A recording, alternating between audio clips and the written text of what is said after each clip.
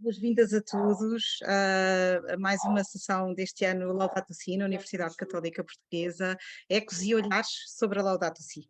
Esta sessão foi organizada e está a ser organizada em parceria com a Rede Cuidar da Casa Comum e com o Centro de Reflexão Cristã, a quem desde já agradeço, nas pessoas da professora Inês Espada Vieira e do professor Juan Ambrósio, e que trará até nós as vozes dos nossos estudantes. Como habitualmente, gostaria de dar estes avisos mais técnicos e dizer-vos que os microfones vão estar desligados durante a sessão e que esta sessão está a ser gravada e transmitida no canal de Facebook da Universidade. Sem mais demoras, passo a palavra à professora Mónica Dias, do Instituto de Estudos Políticos. Muito obrigada.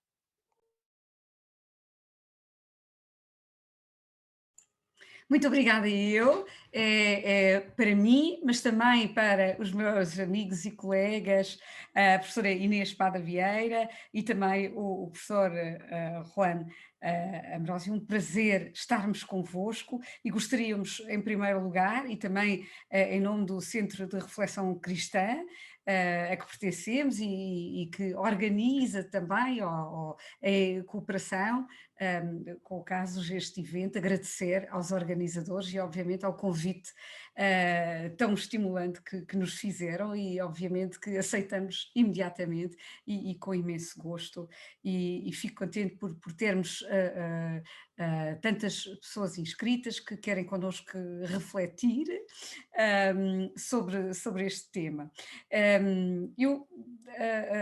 O agradecimento vai naturalmente também para o nosso querido senhor vice-reitor, que não está aqui neste momento, mas que depois se vai juntar a nós, mesmo em diferido, e obviamente agradecer muito à doutora Rita Paivipona, que de facto trata de todas as technicalities e com muita imaginação e eficiência, nos junta todos e permite este diálogo e permite também tornar vivo e constante na nossa vida a encíclica Laudato Si, portanto, bem-aja por isso e muito obrigada.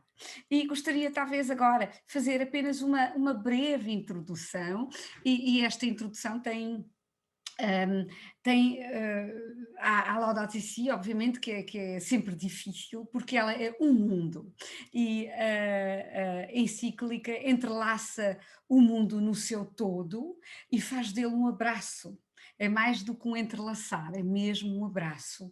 Não apenas permite diferentes olhares, mas inclui em si diferentes olhares. Não apenas causa ecos diferentes, mas é em si um eco incessante, ou, se preferirmos, uma caixa de repercussão.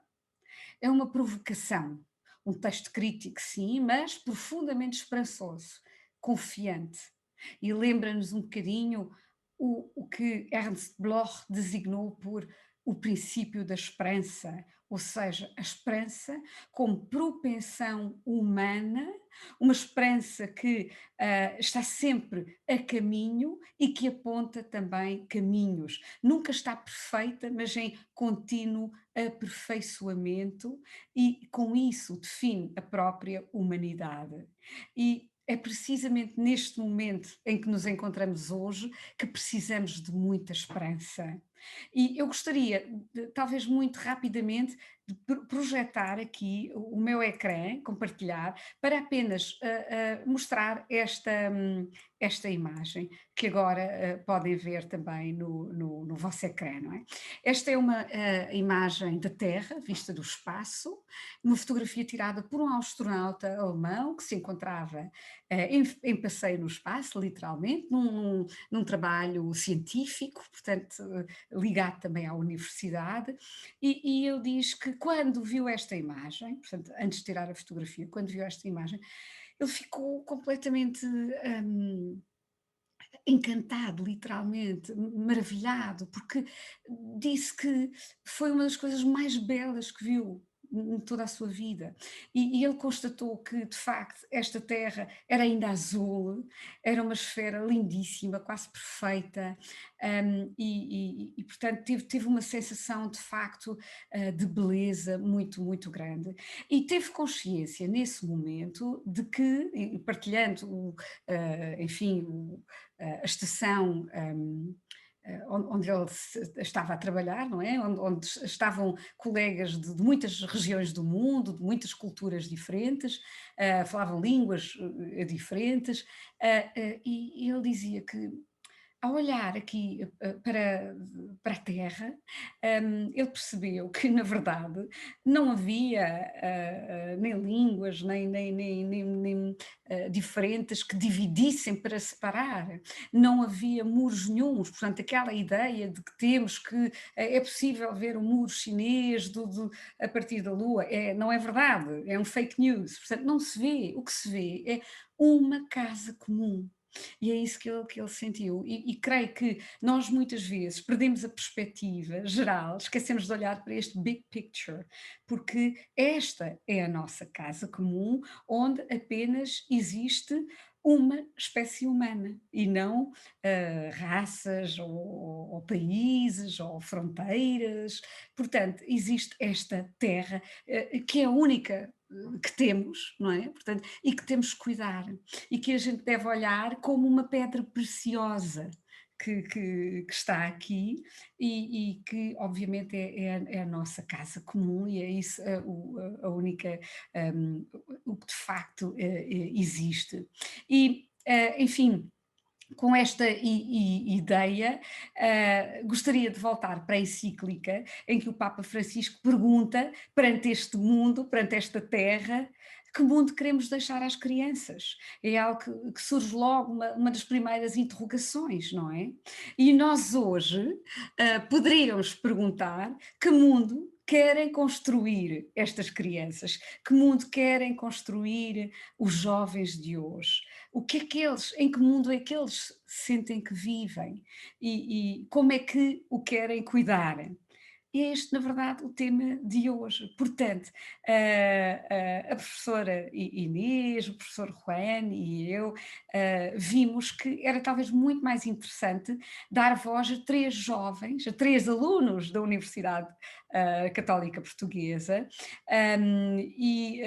são alunos de licenciatura e de mestrado, e já agora vejo aqui os números a aumentar e aproveito para, enfim, partilhar a minha felicidade, tendo em conta que tantos jovens também, alunos de licenciatura e de mestrado também nos estão a acompanhar e obviamente de todas as idades, porque aqueles que estão aqui certamente têm uma alma jovem e portanto é obviamente um enorme gosto. Ora bem, estes três jovens que hoje vão falar estão empenhados em cuidar da casa comum, nas suas, enfim, nos seus hobbies, no seu tempo livre e também nos seus estudos. E refletiram sobre este texto inspirador do Papa Francisco a partir da sua área de especialização, nomeadamente a ciência política, as relações internacionais e as línguas e a cultura e também a teologia. Mas nestes olhares específicos também descobrimos que estes olhares se complementam e os temas que aqui trazem se repercutem e interseccionam não apenas pela abordagem interdisciplinar, que aqui apresentamos e que eu acho que é muito importante para a universidade, mas também pela própria dimensão holística e integral da Laudato Si. E, portanto, passaria agora a apresentar os três alunos, a quem vou dar 5 minutos para fazer uma primeira intervenção inicial. Depois terão novamente alguns momentos para responder ou reagir aos olhares dos outros, para fazer eco diretamente, e depois abriríamos, enfim, o debate para todos aqueles que estão a partilhar esta sessão connosco e encerrávamos a sessão depois com os meus colegas, a professora Inês e o professor Juan. E, portanto, apresento imediatamente a Andreia Leitão, aluna do 3º ano de Ciência Política e de Relações Internacionais do Instituto de Estudos Políticos, que vai refletir aqui um bocadinho sobre cuidar da casa comum no olhar sobre as novas guerras. E depois a Maria Ana Baranda, aluna do 1º ano da Faculdade do curso de Línguas Estrangeiras Aplicadas da Faculdade de Ciências Humanas e que vai falar sobre a Laudato Si no olhar sobre os Objetivos do Desenvolvimento Sustentável. E, finalmente, o Miguel Serra, ou deveria dizer o mestre Miguel Serra, porque há pouco concluiu o seu mestrado, muitos parabéns, portanto, um dos nossos mais jovens mestres, e que vai falar do imperativo de cuidarmos da casa comum no olhar sobre a educação moral e religiosa. E depois desta apresentação, que é obviamente muito rápida, porque a melhor apresentação é aquela que os próprios alunos vão fazer. Vamos passar imediatamente para os olhares e os ecos que eles nos trazem aqui. Muito obrigada a todos. E passava a palavra à Andreia. Uhum. Obrigada. Bom dia a todos. Obrigada pelo convite. Acho que já estou farta de agradecer, mas não consigo parar de agradecer, porque este é um tema mesmo muito importante de falarmos. E da visão da ciência política e das relações internacionais, quando falamos da causa comum, acho que o aspecto mais importante que temos de ter em mente é que o aquecimento global não olha a fronteiras, não olha a raças, não olha a etnias, não olha a sexualidade, géneros. Todos nós vamos ser afetados pelo aquecimento global. Portanto, neste sentido, sim, estamos numa causa comum, porque se tivermos uma infestação em casa, ninguém se vai safar, todos os quartos vão ser ameaçados por este problema. Portanto, é aqui importante pensar que toda esta construção política que nós temos hoje em dia não vai haver um muro que vá fazer frente ao aquecimento global. E já que foi o dia da poesia este fim de semana, se calhar a Mia Couto disse de uma maneira muito, muito simples. Encheram a terra de fronteiras, carregaram o céu de bandeiras, mas só há duas nações, a dos vivos e dos mortos. E é um bocadinho para aí que nós estamos a caminhar com o aquecimento global. Porque o aquecimento global já há muito tempo que faz dano no nosso mundo, especialmente na vida de muitas populações. E o que nós observamos é que tem feito dano na vida das populações mais frágeis, mais vulneráveis. O que acontece é que estas populações que têm a sua vida em risco vão estar muito mais propícias para lutar pela sua sobrevivência. Portanto, vão ser capazes de pegarem armas para se defender, porque se temos uma família de 10 pessoas e só há um pão, mas temos uma família ao lado que também precisa desse pão, não é uma escolha, nós não podemos dizer que estas pessoas realmente têm uma escolha. E o aquecimento global está a tirar esta escolha às pessoas. E nós, apesar de acharmos que o aquecimento global ainda não nos afeta, nós também somos a causa dele e também participamos nele, porque se calhar vou deixar este aspecto para mais tarde, mas nós compramos as matérias-primas, nós compramos a roupa, nós compramos a comida, nós compramos a carne que vem de todos os sítios do mundo que neste momento estão a ser afetados pelo aquecimento global. E estas pessoas não têm nenhuma escolha a não ser poder trabalhar, mas ao mesmo tempo matar o planeta Terra, porque é a única maneira que têm de sobreviver. Isto já acontece há muito tempo, nós é que ainda não nos apercebemos, portanto o aquecimento global já provoca conflitos há mais tempo do que aquilo que nós achamos.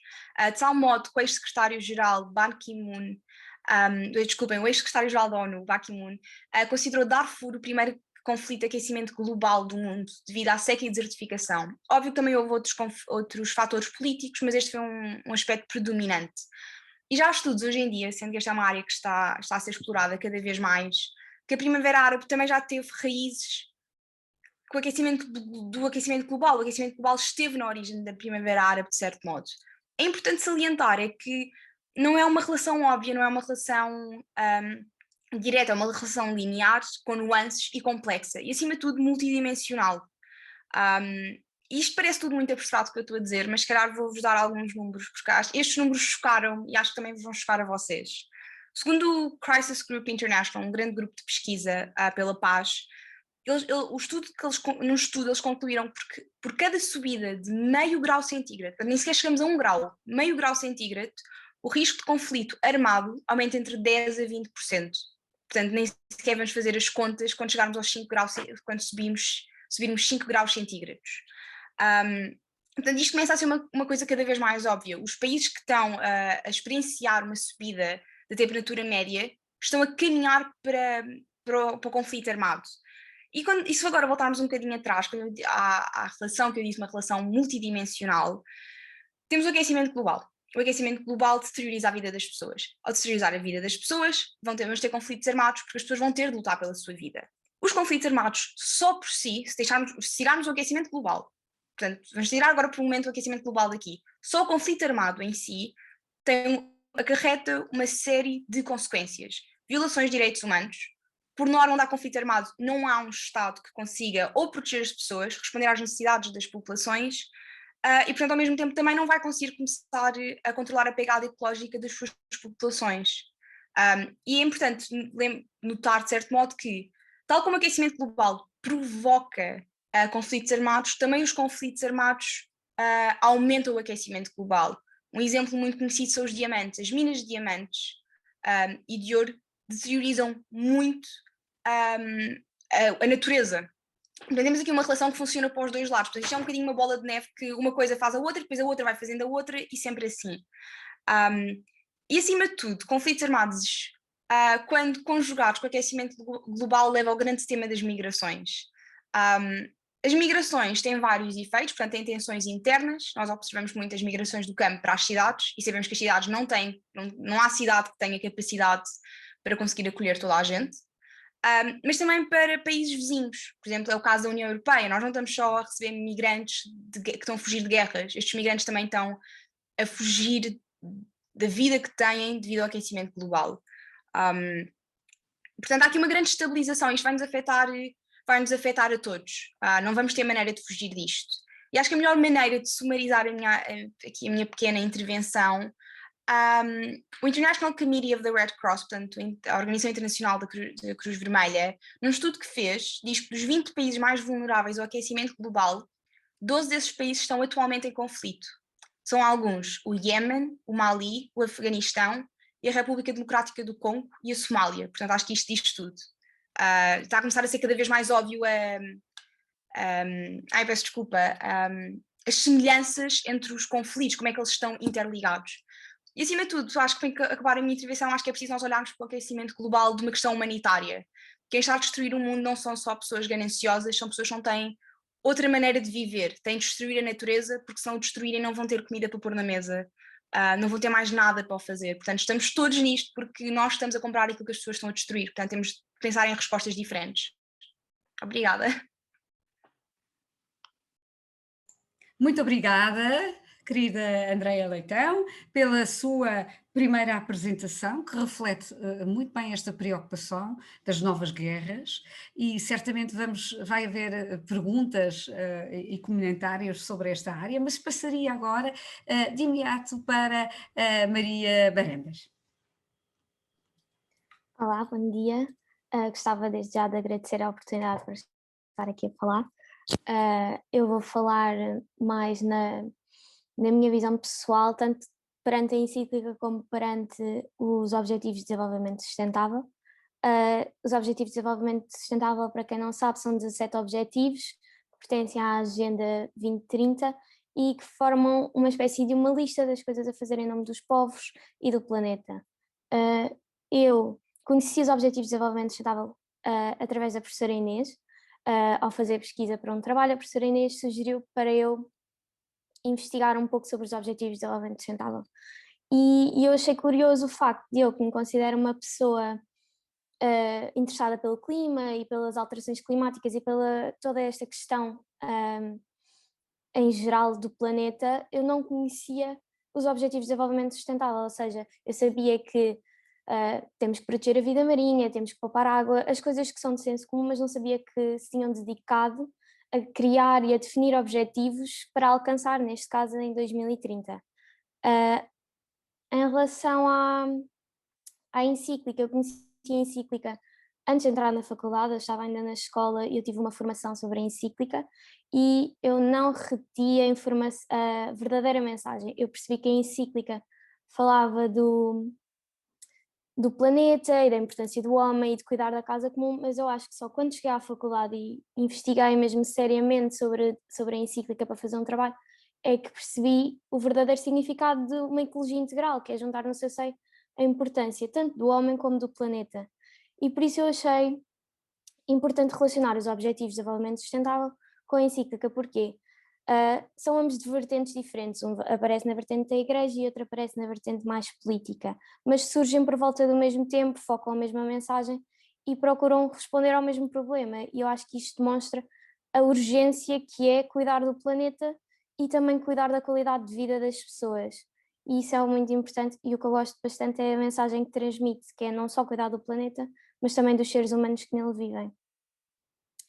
Perante isto, o ponto que eu mais refleti foi o objetivo 13, que se chama a ação climática, que basicamente reflete sobre as medidas que devemos tomar e as iniciativas que devem ser implementadas, ou seja, no como agir, que nós podemos relacionar muito facilmente com o ponto 5 da encíclica, que é algumas linhas de orientação, que também basicamente nos diz como é que devemos agir perante este problema.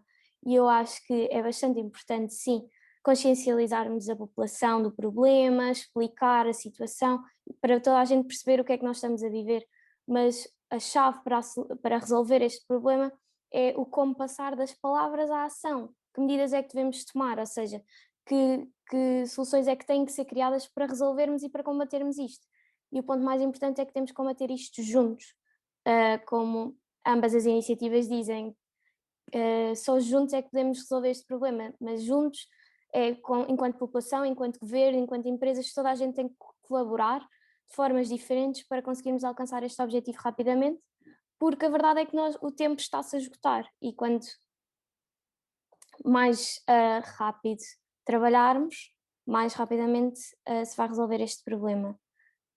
Então, agora para concluir um pouco a minha intervenção, gostava de refletir sobre a importância dos jovens na solução para este problema. Porquê? Os jovens têm o poder de chamar a atenção, têm o poder de tomar a iniciativa e de dar o exemplo para resolver esta situação, ou seja através das redes sociais, seja através de marchas, como nós já vimos, as marchas dos estudantes para o clima, seja através de pequenas ações, em que damos o exemplo ao irmão mais novo, ao primo, ou até a um adulto que temos que reciclar, temos que poupar água, se calhar ir a pé é melhor do que ir de carro. Isso é o poder dos jovens, é o poder de fazer a diferença nas coisas que realmente importam. Porquê?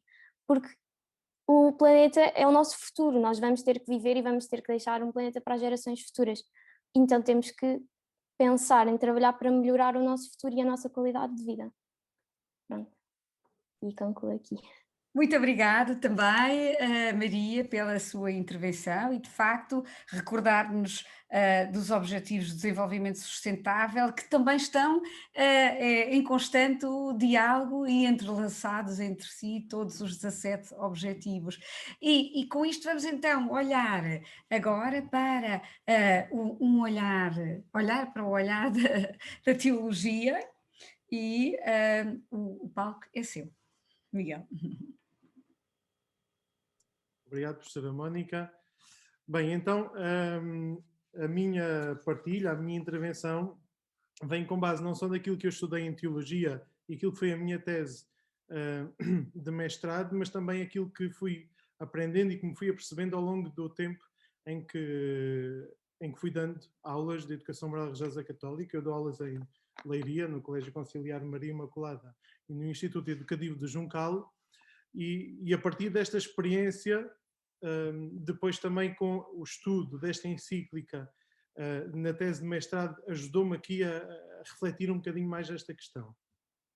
Se a Andreia nos mostrava este retrato catastrófico, digno de um telejornal, de um noticiário, se por outro lado a Maria nos apelava aqui ao empenho de todos para resolver este problema, acabando por referir que os jovens de facto têm aqui um papel importante, eu digo que no meio disto tudo, como dizia Nelson Mandela, a educação acaba por ser a arma mais poderosa que podemos usar para mudar o mundo.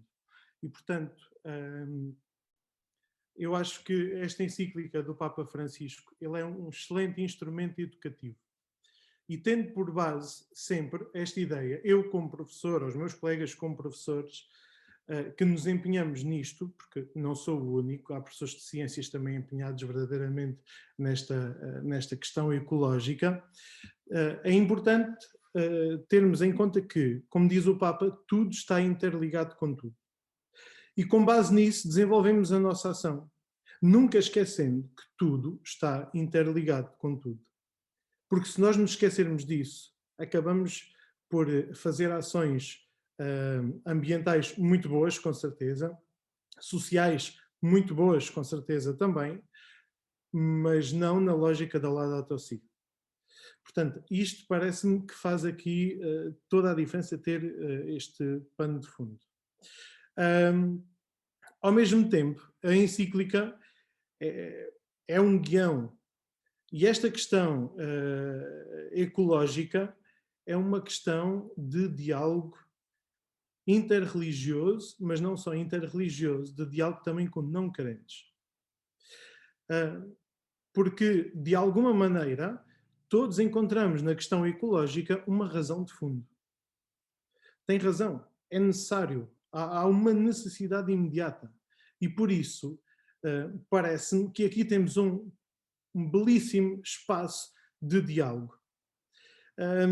Um potencial espaço de nova evangelização, ou um verdadeiro átrio dos gentios.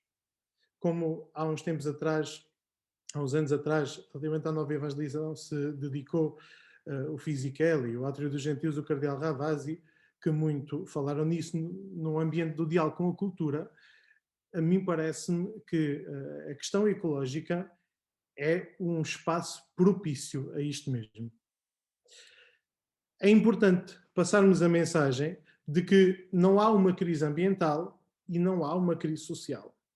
Há duas crises, como fala o Papa.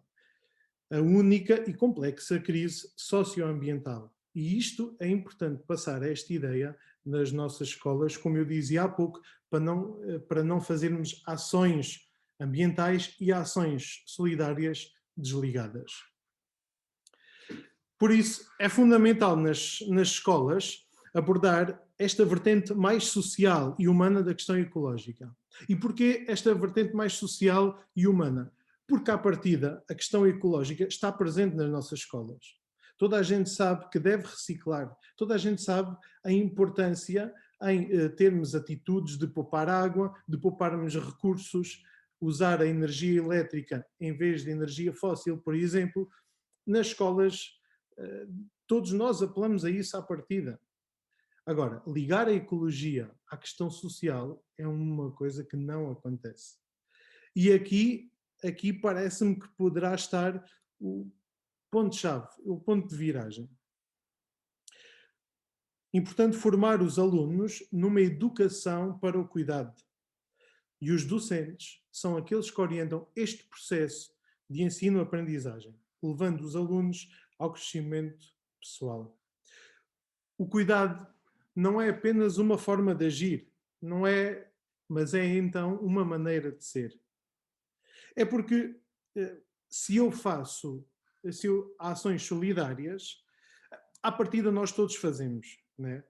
Ações heroicas, pontuais, colaborar no banco alimentar, por exemplo, juntar não sei quantos quilos de arroz para enviar no contentor para a África, material escolar, todos nós fazemos isso. E apelamos aos alunos e eles trazem de casa. Aliás, os pais dão por eles, não me parece que seja a forma mais educativa até, na questão solidária. É importantíssimo passar a mensagem de que o cuidado não é apenas uma forma de agir, mas é uma forma de ser. Faz parte da dimensão ontológica do próprio homem. Nós fomos criados para o cuidado. Fomos criados para cuidar uns dos outros. Isto está na nossa gênese, faz parte da criação. Né? E é importante passar esta mensagem. Diz-nos o Papa, no número 209 da Laudato Si, os jovens têm uma nova sensibilidade ecológica e um espírito generoso. E alguns deles lutam admiravelmente pela defesa do meio ambiente. Temos, portanto, aqui na educação, segundo aquilo que também nos diz e nos afirma o Papa, temos então na educação este espaço favorável. Sem esquecer que a família será sempre a primeira comunidade ecológica. Porque de que é que vale ensinarmos uma coisa na escola se depois em casa isso não tem repercussões? Se depois não acontece em casa? Eu lembro-me quando eu era novo na escola, eu sou do tempo do macaco Gervásio que reciclava nos anúncios de televisão, portanto eu sou desse tempo em que se começou a passar a ideia da reciclagem e para mim foi importante isso acontecer na escola e os meus pais terem os 3 contentores em casa para poder pôr em prática a reciclagem. Miguel, quer concluir para abrirmos depois o debate? Vou já concluir dizendo que todas as escolas têm este projeto Ecoescolas, que é conhecido, é um projeto a nível nacional, e que nós, disciplina de Educação Moral, temos aqui uma janela de oportunidade para ajudar a dar sentido e propósito ao cuidar da casa comum, cultivar e ajudar a cultivar esta espiritualidade ecológica. Diria que também que o programa do 8º ano está um bocadinho desequilibrado, fala muito em cuidar da terra e pouco em cuidar do ser humano, mas isso passarei um bocadinho à frente. Mas é de facto importante ajudar a crescer nesta formação integral de que tudo está interligado. Aproveitar nas escolas o programa Ecoescolas para o juntar a ações solidárias como se fosse um único clube do cuidado da casa comum. Muito obrigada também, Miguel, por esse testemunho e esse apelo tão incisivo que nos lança aqui. E eu proponho agora, uma vez que já passou meia hora, que já investimos meia hora, é assim talvez que nós também, em relação ao tempo, devemos cuidar mais, enfim, deste recurso e referir-nos a ele assim. Portanto, depois deste investimento de meia hora, eu abria talvez para uma primeira ronda de perguntas, e as perguntas vão ser respondidas, obviamente, numa nova ronda, pela Andreia, pela Maria e pelo Miguel, está bem? Portanto, vamos abrir aqui, eu não sei se há alguma pergunta já, mas peço então que as façam agora, podemos aceitar talvez 3 ou 4 perguntas. Quanto mais breve, quanto mais pouparmos este recurso do tempo, mais participantes podem participar nas suas perguntas. E ficamos assim a aguardar.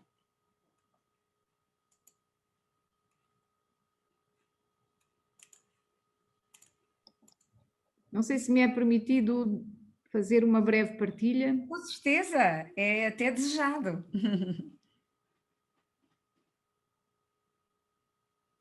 Agradecer esta reunião online, porque eu inscrevi-me na rede já há uns anos, desde que começou, mas nunca tenho possibilidade de participar nas reuniões porque eu vivo em Viseu, não é assim muito perto de Lisboa, não é fácil. Quando a rede surgiu, eu inscrevi o meu agrupamento, eu sou diretora, e inscrevi o meu agrupamento na rede. E desde esse ano, portanto, desde que saiu a Laudato Si, o projeto integrado de todas as atividades escolares chama-se Cuidar a Casa Comum. E eu gostei das coisas que ouvi aqui, portanto, das intervenções que houve, exatamente porque é preciso sensibilizar os nossos jovens e também os nossos professores e toda a comunidade envolvente. Eu posso dizer que a nossa escola conseguiu conduzir um conjunto de projetos ao longo destes últimos anos e nós vamos manter esse projeto provavelmente no próximo ano. Este ano introduzimos, por causa da pandemia, o Cuidar da Casa Comum, nós e os outros, para valorizar mais as relações humanas, uma vez que a pandemia reduziu muito essa questão das relações humanas, baixou o nível dos afetos, digamos assim, em termos do impacto físico. E aquilo que estiveram a dizer, eu concordo de facto, e também vos posso dizer que os jovens precisam desta sensibilização, mas eles já estão bastante sensíveis a estas problemáticas. O que é preciso realmente é pôr os jovens a fazer coisas.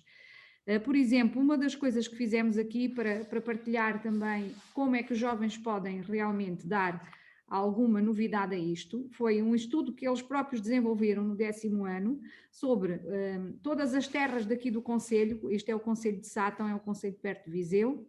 Foram a todas as juntas de freguesia verificar se havia ou não contentores para a reciclagem.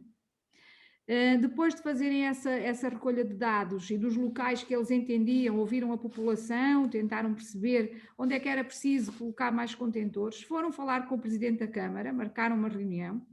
O Presidente da Câmara, junto da própria organização que cuida do tratamento dos lixos urbanos, já tinha em mente um projeto para fazer uma maior distribuição desses contentores e neste momento todas as freguesias têm contentores para a reciclagem do lixo. Portanto, os nossos alunos fazem coisas, eles intervêm, é possível fazer. Nós estamos a fazer também, e depois é muito engraçado porque isto vai ganhando força. Nós temos uma horta pedagógica numa escola, começámos com uma, já vamos em 3. Há 3 escolas já com hortas pedagógicas. Primeiro foram direcionadas para um projeto de ciências naturais, depois foram direcionadas para a experimentação no primeiro ciclo, agora estão a criar uma horta para os alunos com necessidades educativas especiais que gostam de estar no meio da natureza, nomeadamente alunos com autismo, alunos com déficits cognitivos profundos. Portanto, e nós estamos a fazer esse trabalho, professores e alunos e funcionários, e penso que é isto que pode transformar realmente todas as organizações em organizações que promovem uma melhor, eu diria, uma conservação melhor da natureza e também das pessoas, porque nós ao conservarmos a natureza, conservamos também as pessoas. Aliás, a mim... Helena, eu queria lhe agradecer imenso, é uma partilha muito importante e um incentivo, esta ideia da horta particularmente, e ficam aqui sugestões muito, muito boas, a que poderemos certamente voltar. Vejo que temos aqui mais 2 mãos levantadas, mais perguntas, e eu estou neste papel ingrato de ter de interromper, mas vamos depois continuar e juntava então mais estas 2 perguntas e depois voltava, dava a palavra novamente aos nossos jovens. Professora Teresa Leite Braga, por favor. Olá, bom dia a todos. Queria começar por dar os parabéns aqui aos nossos alunos, à Maria, ao Miguel e à Andreia, pelas intervenções que fizeram e pelas ligações que fizeram entre os aspectos todos.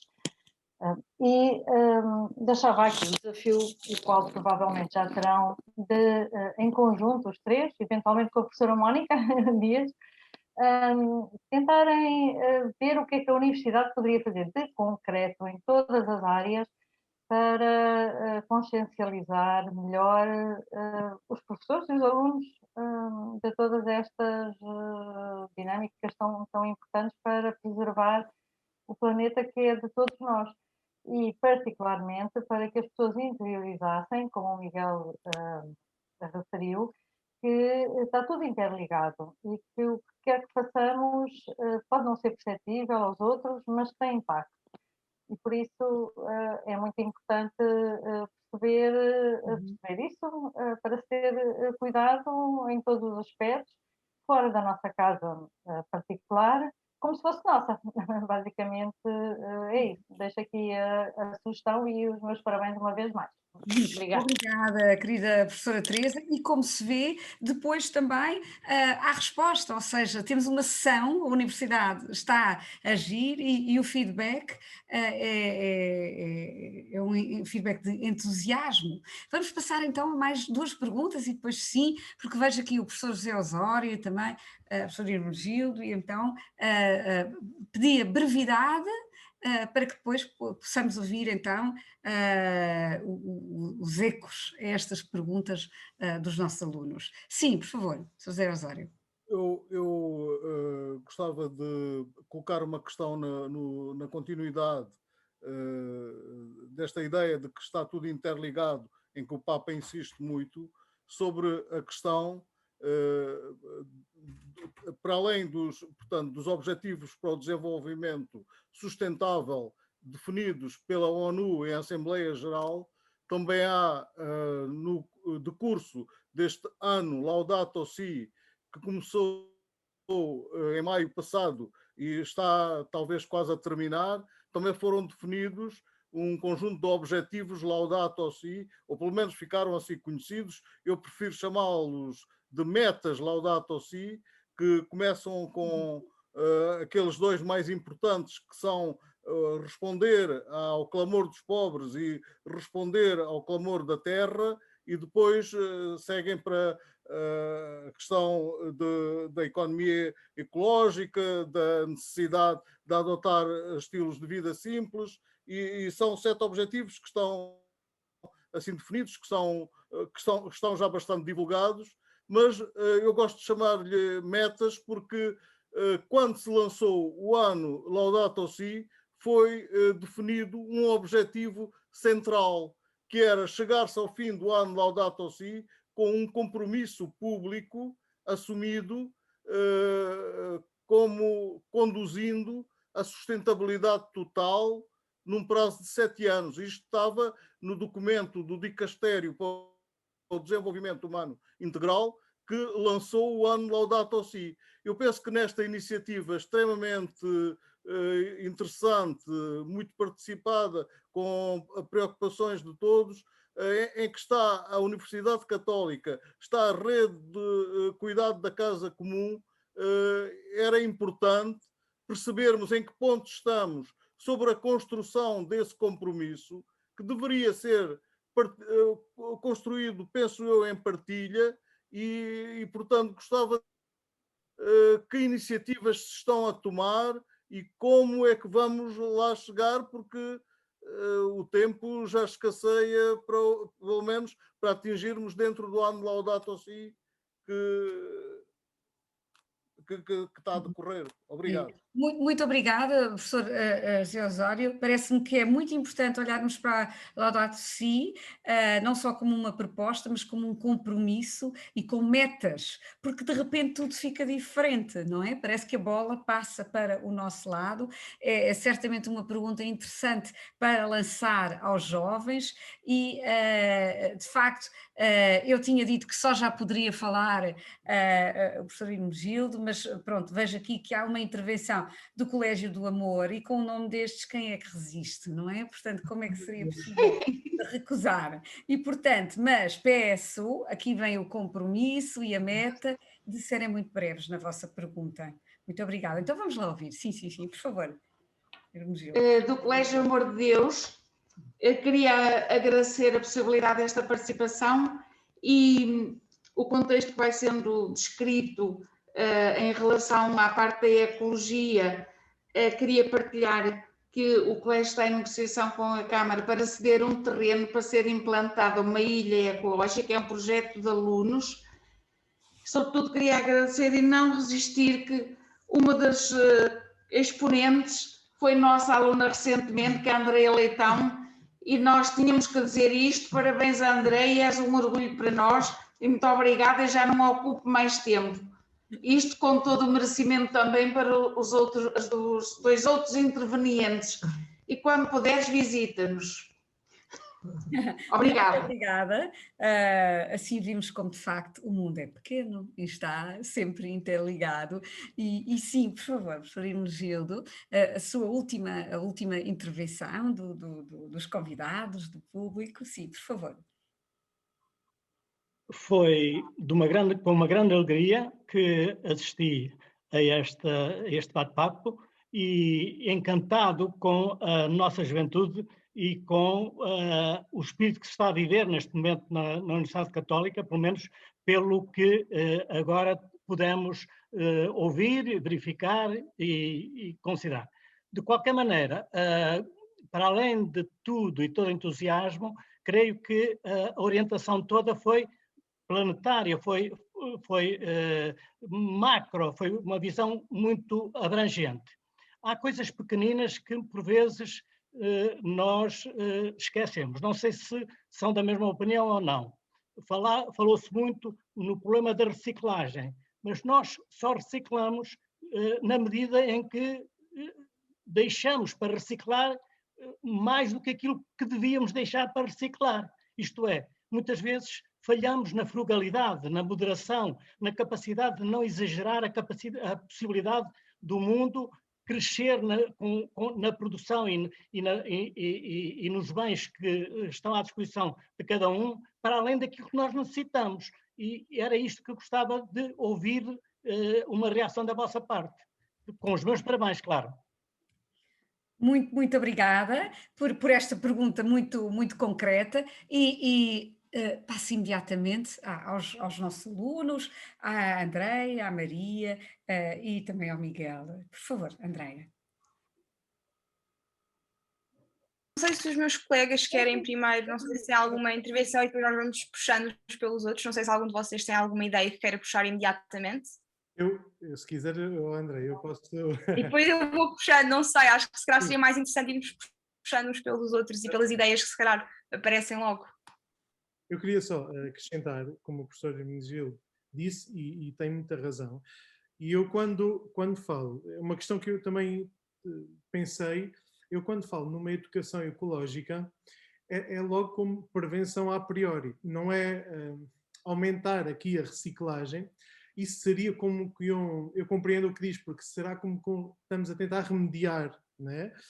Mas será passar esta educação a priori naquilo que é poupar os recursos, nomeadamente do não gastar em embalagens desnecessariamente, e portanto nós cada vez mais temos mercados mais ecológicos, não só porque os produtos são biológicos, mas também porque de facto funcionam daquela venda a granel, digamos assim, como era antigamente, né? Antigamente não se produzia tanto lixo. E, portanto, na questão da educação e da escola, também passa muito por isso.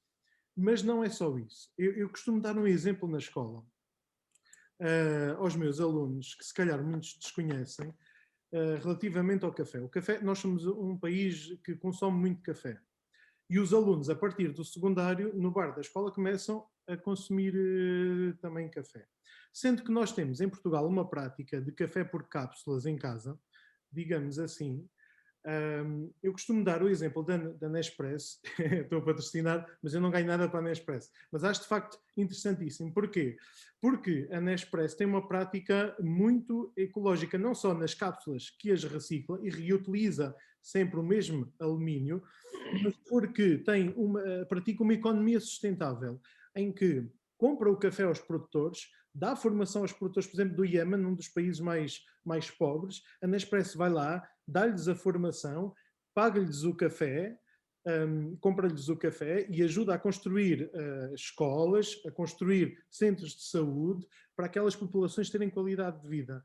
E isto passa na educação por ensinar isto aos nossos alunos, tentar investigar até os produtos, aquilo que nós precisamos de consumir, para tentar perceber o que é mais de acordo a uma lógica Laudato Si. E isto muda a minha maneira de ser. Não é? Muito obrigada, Miguel. É um exemplo muito importante e que toca todas as áreas, não só a teologia, mas também a economia, a política e também as culturas diferentes. E com isto passar já a Maria, para acrescentar com o seu olhar dos estudos das culturas e das línguas. Exato. Então, eu concordo perfeitamente e completamente com o que foi dito, porque eu posso falar de experiência própria. Eu, enquanto estudante e até enquanto criança, me sentia bastante influenciada, porque a minha escola era muito virada para o clima e para a importância da ação climática, então tínhamos várias formações e várias palestras, e o só ir falar à sala de aula ou envolver os estudantes com os projetos, com um projeto, por exemplo, da Ecoescola, que eu também já estive envolvida, isso tudo cativa o estudante e sensibiliza o estudante a querer fazer a diferença. O dizerem a uma criança de 10 anos que deviam poupar nos sacos de plástico e a criança vai ao supermercado e a mãe quer comprar um saco de plástico e a criança diz: não trouxeste o saco de plástico, agora levas na mão, porque não vais estar a gastar um saco de plástico. E eu fiz isto muitas vezes, até ao ponto em que isto entrou na cabeça dos meus pais, porque as crianças estão muito suscetíveis a receber a mensagem e depois o repetir para os pais tantas vezes que vão ouvir que vão mudar a sua atitude. Eu acho que o ponto de partida está nas crianças, porque as crianças é que vão fazer a diferença logo do início, porque estão a aprender, ainda são muito maleáveis de ensinar. Eu acho que isso é muito importante, mas sensibilização desde os mais pequenos até à faculdade, onde eu aprendi só a fazer um trabalho sobre a encíclica, já tive uma visão completamente diferente do que quando aprendi no secundário, porque cresci e o pensamento é logo diferente. Portanto, eu acho que este ensino constante sobre a temática é bastante importante. Muito obrigada, Maria, também. E passo neste momento, não sei, Andreia, se quer acrescentar, em 2 minutos também. Sim, tudo o que foi dito neste momento concorda com tudo o que foi dito, especialmente se calhar vamos lá pelas crianças, com aquilo que a Maria disse. As crianças são, sem dúvida alguma, o futuro. Eu aprendi a reciclar aos 5 anos, até hoje eu reciclo. Por exemplo, o saco, eu fui de Erasmus para Praga e a primeira coisa que eu fiz foi comprar um saco reutilizável para eu poder ir comprar as compras e trazer para casa em vez de comprar um saco no supermercado. Portanto, isto são pequenas coisas que nós vamos fazendo. Ser bom não é uma maneira de ser, é ser sem si bom. Não é uma maneira que nós escolhemos ser, nós devemos ser bons em si. E agora, se calhar, começando um caminho de, sim, realmente, nós insistimos muito na reciclagem, e há muitas mais coisas que nós podemos fazer, mas se calhar podemos começar com os pequeninos, a educá-los para a reciclagem, mas também podemos pô-los a fazer projetos de, tens de fazer uma obra de arte só com produtos reciclados, desde maracas a muitas coisas que eles vão fazer com cápsulas de café, um dos materiais mais usados, mas à medida que eles vão crescendo temos de adaptar sem dúvida, e agora referindo o Colégio Amor de Deus, muitas saudades já agora, irei aí assim que a pandemia o possibilitar. Quando eu estava no Colégio Amor de Deus, a palestra da National Geographic Summit aconteceu, e nessa altura eu já sabia reciclar, mas fui à palestra. E esta ideia que nós temos de educar, como o Miguel já referiu várias vezes, a educação é a melhor arma. Portanto, a nossa geração, à medida que nós vamos crescendo, é a geração que a sua função é educar-se para aquilo que tem de escolher e aquilo que tem de fazer. Eu, nesta palestra, mudou a minha perspectiva completa sobre o mundo. Por exemplo, que quem está a destruir a Amazónia precisa da nossa ajuda mais do que tudo. Não é uma escolha. Eles não têm uma escolha, mas nós temos uma escolha de como podemos ajudar. E a nossa função hoje em dia, para não insistir tanto na reciclagem, porque se nós já reciclamos aquilo que temos, nós temos de conseguir fazer mais do que isso, porque isso infelizmente ainda não é suficiente. A reciclagem não é a única resposta. Nós temos de nos educar para poderes fazer a melhor escolha que nós podemos nesta economia, tal como o Miguel referiu. Nós hoje temos várias opções que ajudam o planeta. Que as cápsulas da Nespresso, a maneira como a Nespresso tenta dar de volta a quem compra, porque sabe que há um problema de raiz. Nós temos de nos educar, especialmente, portanto, temos de nos adaptar aos vários ciclos, às nossas várias etapas da vida.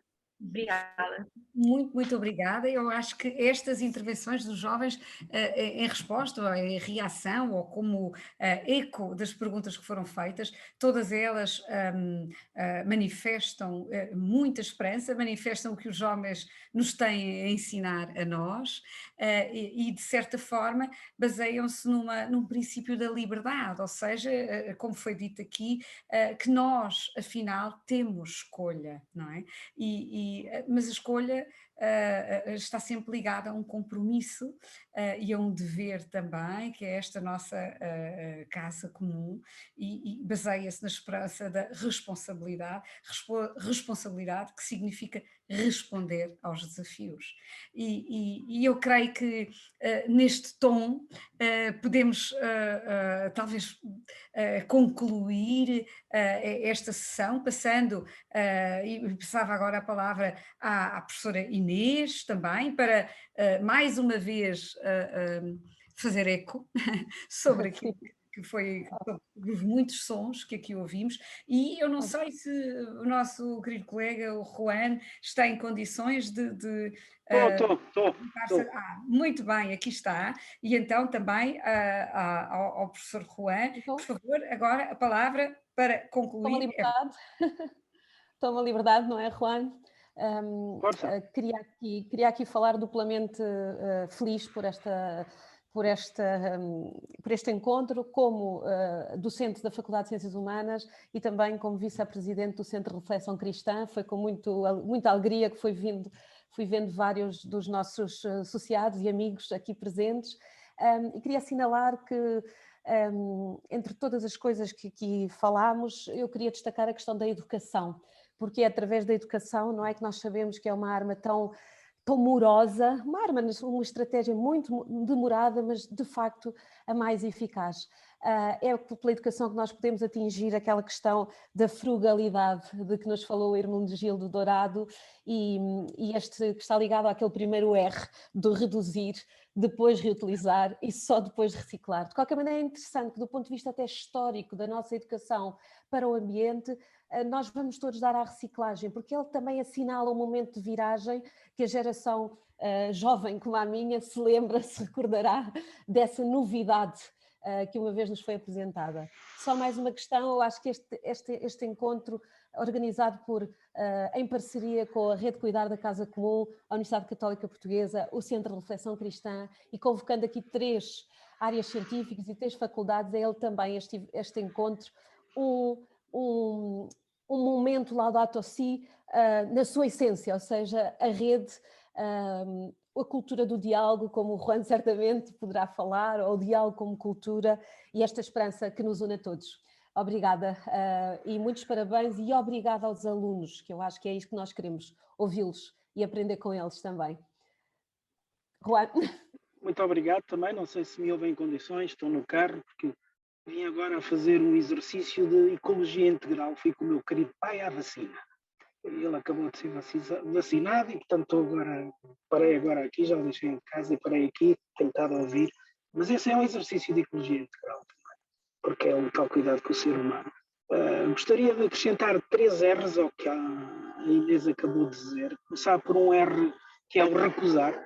Recusar estilos de vida que atentem contra os outros e contra a dignidade humana e contra o planeta, que é o reorganizar. Reorganizarmos-nos todos num novo sentido, numa nova maneira de tudo estar interligado, e é o recriar, que é uma expressão também com força teológica, de termos a oportunidade de, juntamente com aquele em que acreditamos ser o Criador, para nós crentes, mas com todos os outros, recriar uma nova sociedade, um novo mundo, uma nova maneira de ser, deixem-me utilizar a expressão, uma só família humana, numa só casa comum, que é uma expressão querida da Caritas Internacionalis e que preside a sua orientação. Deixem-me dizer o quão foi bonito e bom este exercício de mãos dadas com 2 faculdades e um instituto, enfim, com 3 unidades da Universidade Católica, com o Centro de Reflexão Cristã, com a Rede Cuidar da Casa Comum. E da nossa parte, da rede, a que eu também pertenço, com todo o gosto e com todo o orgulho, a dizer que teremos todo o gosto em apoiar a formação de focos de conversão ecológica, que é uma das grandes inspirações da rede. O Miguel, que é membro da rede. Miguel, fiquei contente com a tua intervenção. Aquilo não é só o texto escrito, passou para o coração, e isso é importante. Tanto que o Miguel, que é o membro da rede, está a desenvolver focos em Leiria, portanto a rede terá todo o gosto em acompanhar o desenvolvimento destes focos de diversos colégios, quem sabe na própria Universidade Católica, e desenvolver isso. Muito, muito obrigado, foi de facto um momento em que mostramos que tudo está interligado e como é importante a Universidade estar atenta a isto. Muito obrigada também, professor Juan, e de facto, após um agradecimento óbvio aos nossos jovens oradores, nós os 3, a Inês, o Juan e eu, gostaríamos de agradecer a todos os que nos escutaram, os que se juntaram a nós, os que sacrificaram assim um pequeno tempo do almoço, de um dia, para pensarmos todos em conjunto, fazermos ecos e uns dos outros, escutarmos e vermos mais longe, porque ampliamos os olhares enfim, aprendemos muito por esta partilha, e por isso tudo, muito, muito obrigada. Que saia aqui então uma mensagem de esperança para continuarmos e para sermos casa comum, não só construirmos, mas para sermos casa comum, e como eu dizia no início, não entendermos só que esta é uma mensagem que entrelaça, mas é uma mensagem de abraço. E com isto passo a palavra para encerrar à doutora Rita Paiva-Hipona, com um enorme agradecimento, porque neste tempo em que vivemos aos quadradinhos, conseguiu organizar este encontro, que foi para além dos quadrados, e refletiu sobre a circularidade da nossa terra e das nossas vidas. Muito obrigada. Muito obrigada pelas suas palavras, professora Mónica Dias, e de facto foi um momento muito, muito especial de podermos contar com esta voz dos nossos estudantes, que são o corpo vivo da nossa comunidade académica, e de facto esta dimensão de tudo estar interligado, eu acho que é o que nos move e é aquilo que temos que ter como objetivo no sentido de trabalharmos para estes 7 objetivos de Laudato Si, em paralelo com os 17 objetivos de desenvolvimento sustentável e com os quais a Universidade também está tão comprometida. Uma palavra final para agradecer ao Instituto de Estudos Políticos, à Faculdade de Ciências Humanas, à Faculdade de Filosofia, à Rede Cuidar da Casa Comum e ao Centro de Reflexão Cristã por todo este trabalho, que já vem desde o dia 24 de maio, no dia em que iniciámos, de 2020, em que iniciámos este ano comemorativo do ano Laudato Si, e dar-vos conta que a próxima iniciativa deste ano comemorativo na Universidade Católica Portuguesa terá lugar no dia 22 de abril, será a celebração do Dia da Terra, que se comemora nesse dia, e será organizada pelo Centro Regional de Braga, da nossa Universidade. E uma excelente tarde a todos, muito, muito obrigada.